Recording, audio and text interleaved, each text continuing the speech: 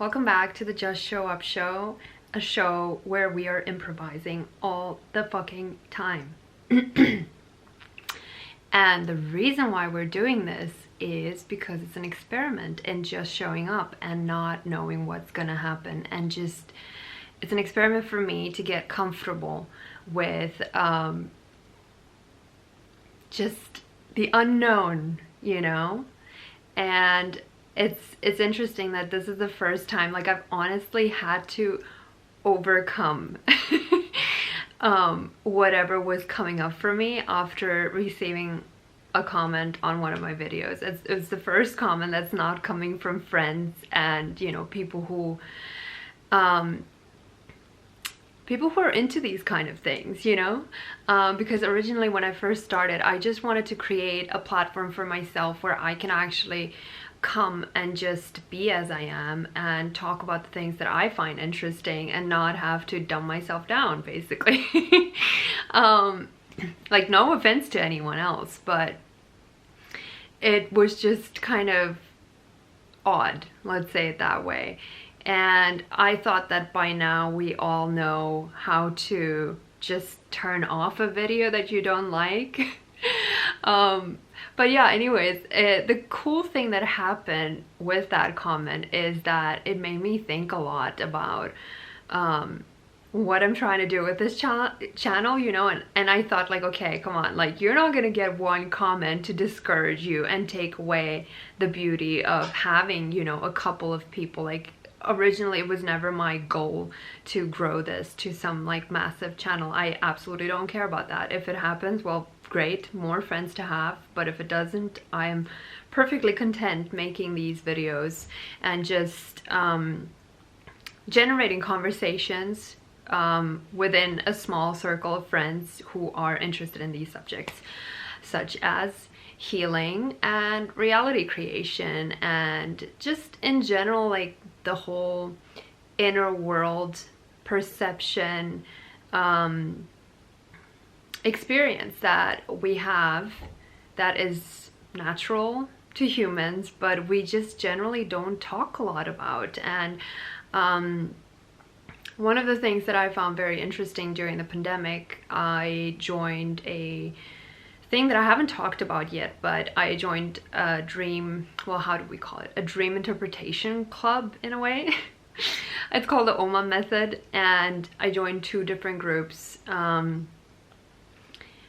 that is only one of the ways of kind of exploring your inner world and intuition and just higher, how do I say it? Goodness, my words today. Like, just a knowing, right? It's a way of communicating to your higher self. And in preparation for today's video, I was thinking, because basically, like, every week I just think to myself, okay, well, what is this week's subject? Like, what's kind of in the air? And I try to also, that's actually the main reason why I don't want to prepare, is because I want to go with the flow and just pick up on whatever is in my conversations and whatever I'm starting to feel like, okay, that is something that I want to address. And I mean, not address, but just like talk about, you know, just casually come up here and chat about. And then, you know, if someone's going through, like, thinking about similar things, you know, we can create conversations out of it. So the topic for this week is basically, I don't really know exactly how to call it, but I'll just say it, spirit guides, or your intuition, or the super conscious. Like, there's many different names that it goes by, or talking to God for religious people. And I want to share my experience with having a spirit guide and how I came to even have one in the first place, because I feel like there is a lot of confusion when people start to get into working with their intuition and starting to kind of receive downloads and channeling from their intuition. There's a lot of confusion in that process, and I thought that maybe by sharing my experience it might be helpful to some of you who might just be starting out with exploring that kind of, well, what to call it? Play. I would call it play. I would definitely not call it work because it's super playful, and I think that's why I love it so much. So basically the way that I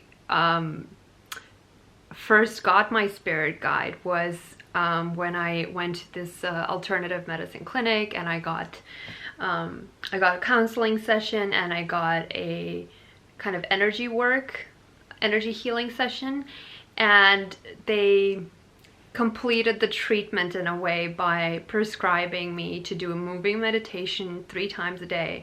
And the other thing that the doctor told me, and he's a full-on medical doctor, but he's also an energy doctor at the same time. That just sounds so dumb. Oh my god. But anyways, you get what I mean. Like, he's an energy healer as well. Like, he was extremely psychic actually, and he could feel everything. It was so horrible. When I was at the clinic, like, I was suppressing my negative emotions so hard because I don't know why. I just think I didn't want them to see it or something like that. And then I wanted to present as if I'm like really okay, and I was not okay at that point at all. And when he came into the room, he just started breathing like really heavy, and he was just like, I could see so clearly that he was feeling all of my emotions, and I just started crying so hard because I felt so horrible to like be indirectly doing that to another person. And which is ironic because like I didn't feel bad about doing it to myself, but I felt so bad about someone else having to experience my negative emotions. But anyways, so they did the treatment on me, and then at the end of the treatment, he did one session with me where he basically just asked me, what can I do for you?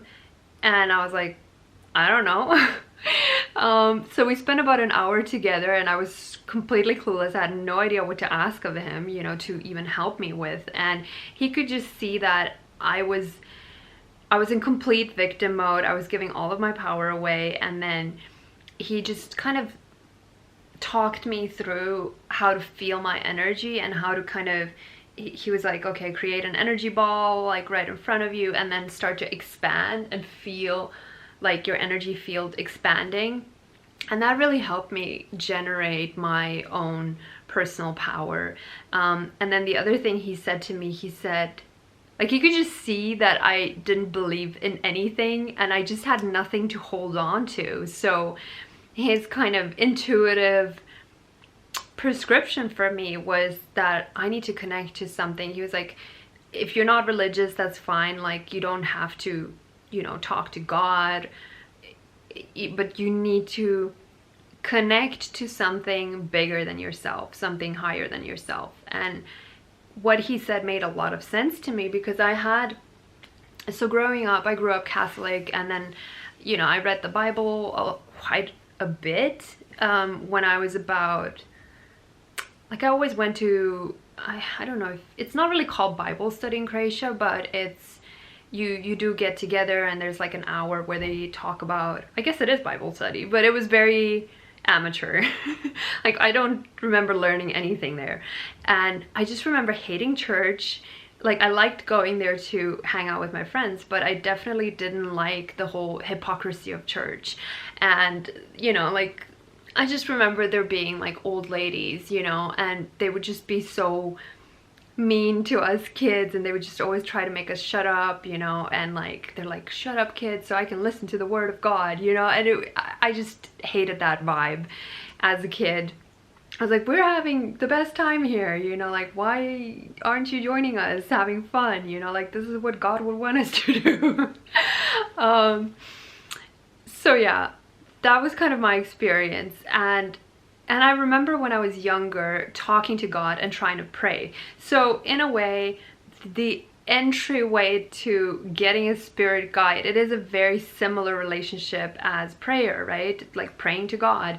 But then I think the reason why people kind of struggle with that is because when you are praying to God, you're saying that God is this thing that can make things either happen or not happen, and that's also the same thing with manifestation, right? Like the reason why people want to manifest and not pray to God to get things is because they feel like, okay, if I manifest things, then, you know, I'm having personal power in that. But then at the same time, they don't believe that they can make things happen or that things are possible for them. So again, it all comes back down to belief. So I think having a spirit guide just helps the process a lot. So the way that I went about it is I kind of took the instruction. I was like, okay, cool. Like, I'm going to try to connect with something higher, like bigger than myself. I don't know what exactly it is. I was like, okay, I don't really like this whole religious idea of God, you know, like I have enough of kind of negative experiences with that, because I remember when I was younger, I would pray and I had like all of my difficult situation with my mom, and I just felt like it was so unfair, and like I just felt like a lot of internal conflict. Like sometimes I'd be like, I have to be a good girl and I have to pray for my mom, but at the same time, like in reality, I just had so much hate and like rage inside me, and frustration and a lot of negative emotions. So whenever I would try to pray, I just felt like I was being fake. So I think like I didn't like the fakeness of it. I didn't like that. I just think like the religious idea made me feel like I should be good, and like there's certain things are good and certain things are bad, and I just, yeah, it just always made me feel a lot of guilt and a lot of kind of just negative feelings. Like there wasn't any kind of like source of joy or like ease. So I decided, okay, I will connect to something bigger than myself, but like I'm just gonna put this whole image to the side because this is too messed up to fix in a way. And I just honestly, you know, like I wanted to create something personal, something kind of like custom made to me and what I like, because I feel like that's just a beautiful act, right? Like if God or the universe is creative energy, then I'm sure they would appreciate us to kind of create our own versions, right? And just create more creations. So what I did is that every day I would go and I would do this moving meditation, kind of qigong type of exercise on the grass. Like I would ground my feet, you know, and like touch the soil, and then when I'd be done with that, it would take like 10 or 15 minutes, and then I'd feel really grounded and just go into meditation and sit on the floor and just, you know, just kind of perceive like the space around me. And just by that point I got really tired of Zen Buddhist type of like koan meditation, where you are questioning in a way, like a sentence like who is dragging the corpse around, stuff like that. Like I just kind of got like to a dead end with that type of meditation. So I wanted to kind of transition more into a type of silent illumination meditation, where you're basically just sitting there, like not necessarily like focusing on anything, because sometimes some of the meditations you're focusing on your breath and you're just kind of trying to stay centered and focused on a particular thing. But I just started feeling like that wasn't really I don't know, I just started feeling like I'm done with it. Like it was just annoying. And I just wanted to explore other things as well. And that's when I started kind of just seeing like, okay, if I just sit here and I meditate and I just observe what's actually going on in my body, what's actually going on in my mind. And then I started slowly seeing like kind of color shapes in front of me. Then I spent a little while, you know, kind of just observing the color shapes and whatnot. And I don't know when exactly, but at some point I just started like creating this intention of connecting to whatever's bigger than me, right? So I think like at the beginning I just said like kind of universe, you know, and then after a couple of days I just got annoyed with the fact that I didn't have a name for it. So after a few days I don't know if I came up with it or it just came as a kind of like idea. But I started calling my spirit guide Big Mama. So then I would just sit there and I'd be like, Big Mama, are you there? And it sounds really funny, but it's really fun in a way, you know. And then I started having conversations with this voice, and then of course, like, the first question is like, you know, am I going crazy, right? Like, when you first start having dialogue with your intuition, you just feel like, I'm making all of this up, right? Like, why, how do I know it's me or not me? And, you know, like, how do I distinguish, like, whether I'm just like putting ideas in my own head or whether it's something that's actually kind of coming from elsewhere. But in my experience, like, I've been practicing this for, what's it, like, probably 4 years by now, and I can definitely say that it's for sure, it's not me. Like, it might be my higher self that knows everything and is kind of coming back from the future and like sharing information and knowledge and wisdom with my current self and just kind of guiding me on what's better for me, because I feel like in my experience, nothing negative ever comes through. Like, there's no criticism there, and I think that is the other thing that really made me kind of trust the spirit guide, because at first I was like, oh my god, like, you know, maybe this voice is just being nice for a little bit and then it's just gonna turn crazy, you know, and like hijack my mind and make me do bad things. Like, oh my god, I'm so scared. But it just didn't, you know. It's just like a really nice and I think, like, maybe that's because my character, Big Mama, so that's what I forgot to say. Like, the character of Big Mama, I always perceive her as this, like, cloud figure, like this gigantic, big, fat cloud. And it's just this, like, really light and easy energy and just comforting and just, like, nice, just easy, you know? And so I have that, and then over the years I did the Silva method, and then in the Silva method so I had my spirit guide already, which in the Silva method serves as a counselor. So you can kind of, in the Silva method, basically, like, we create a way to move down in your mind. So you go from beta, a level of awareness, to alpha, and then down to delta, which is kind of like sleep or dream like frequency. But when you're at delta, you're basically not really actively thinking. So the reason why we want to be at alpha is because that's kind of like that in-between stage where you're just about to kind of go into the dream world, but you're still aware and you can kind of manipulate it in a way. So it is almost like lucid dreaming. So what we do is, like, we have a way, and for me personally, like, I have a way of visualizing myself going down, and I think the reason why I like it so much is because it's like, it's using so much of my imagination and of my symbolic language. So it's kind of similar to dreaming, but at the same time, it's like, it's just talking to your intuition in the language of symbols. So in my case, like, I don't know why I like to do it that way, but like when I come down into my laboratory, and that's kind of like our mental space where we're just kind of like closing our eyes and we're visualizing things. So in the laboratory, you have your counselors, which in my case is Big Mama. I tried to employ another guy, but like I just didn't like him, so I kicked him out basically after a while, because you can have a male advisor and a female advisor, and I just didn't like the presence of male energy in my laboratory, so I kicked him out. But yeah, so now basically, like, I have Big Mama in my laboratory, and she'll be like sitting on a couch to my left, and just generally whenever I hear divine messages or channeling, it always comes through like this way for me, from this ear.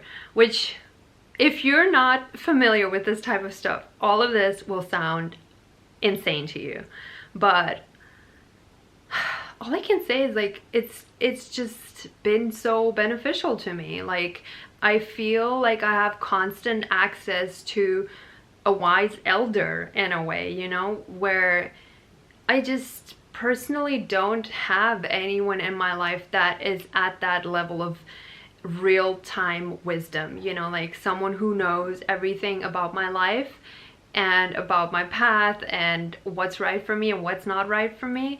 And just, you know, sometimes you need advice, and you just, if you go and ask other humans, sometimes it's just full of projections, you know, and like nobody really knows you well enough in a way to really properly give you advice. Like they can guide you and help you with questions and whatnot, but it's not the same as just feeling like someone's got your back in a way, and also feeling like your spirit guides are with you wherever you go, right? Like it's not, you know, depending on their availability, because like sometimes your friends don't have time or whatnot, and they're just always there for you, and that feeling itself is just really comforting.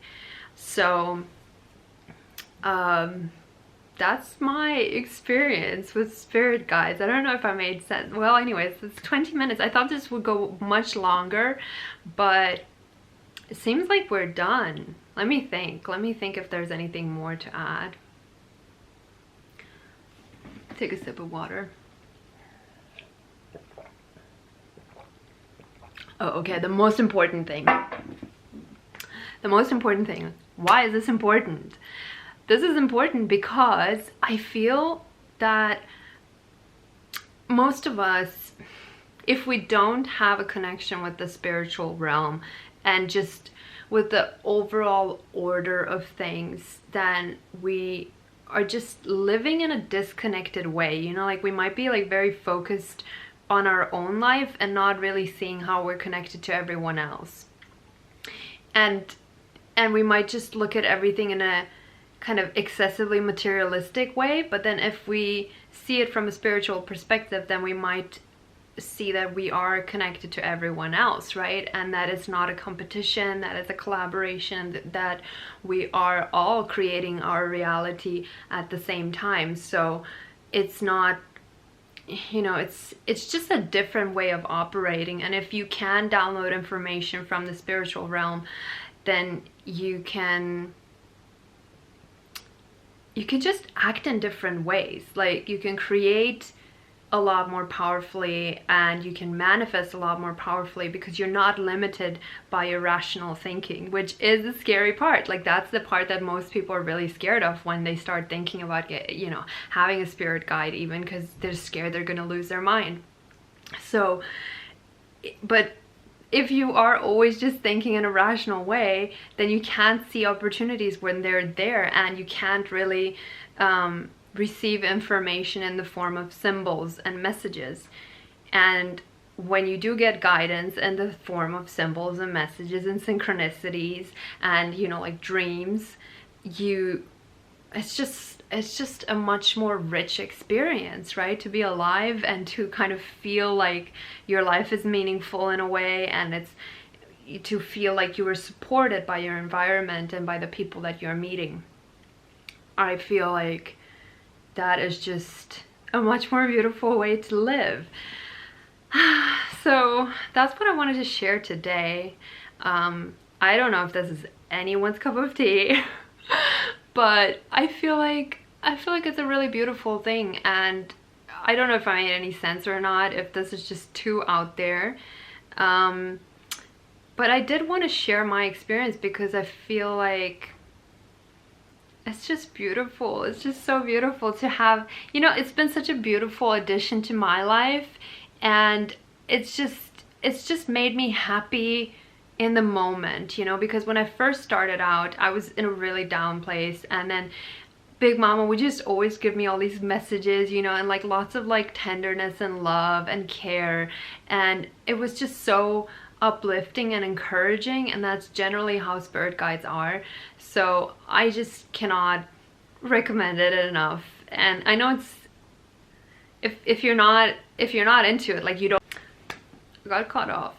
So what I was saying is that if you're not into it, you don't have to. It's not something that, you know, everybody has to have, but I wanted to share my experience to kind of describe my process of starting to hear feedback. Like for me, it's auditory, and sometimes I'll see visions, but mostly I just hear stuff, and it's just